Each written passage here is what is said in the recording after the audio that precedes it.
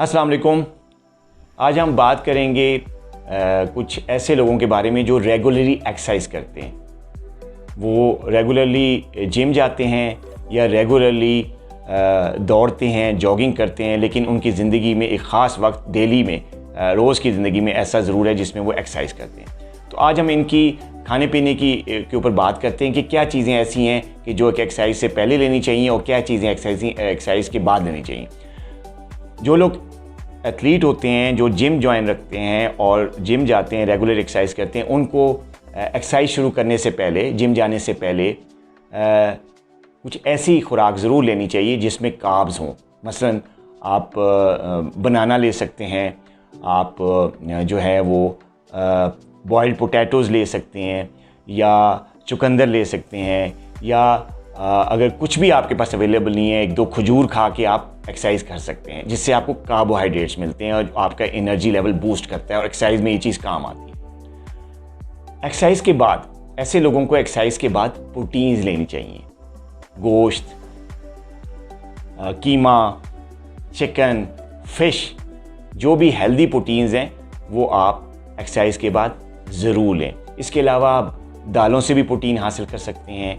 थोड़ा और नीचे वाले सोर्स पे आएँ तो सब्जियों से भी प्रोटीन हासिल कर सकते हैं। लेकिन अगर आप रेगुलर जिम करते हैं और आपको मसल डेवलपमेंट का शौक़ भी है और हैबिट भी है, करना भी चाहते हैं, तो आप एनिमल प्रोटीन्स एक्सरसाइज के बाद ज़रूर लें। अब हम बात करते हैं डायबिटिक पेशेंट्स के बारे में, जिन लोगों को शुगर है। तो शुगर की जो पेशेंट्स हैं वो एक्सरसाइज शुरू करने से पहले, कार्ब्स लेने से पहले बनाना या बॉइल्ड पोटैटो जिनका मैंने जिक्र किया वो लेने से पहले अपना शुगर लेवल ज़रूर करें। अगर वो जिम के लिए जा रहे हैं या एक्सरसाइज के लिए जा रहे हैं शुगर मरीज़, तो वो अपना लेवल चेक करें। अगर आपका शुगर का लेवल 130 मिलीग्राम से ऊपर है, 140 से 150 है, 60 है, तो फिर आप कार्ब्स वाली डाइट जिम जाने से पहले ना लें, बल्कि पानी लेके आप जा सकते हैं।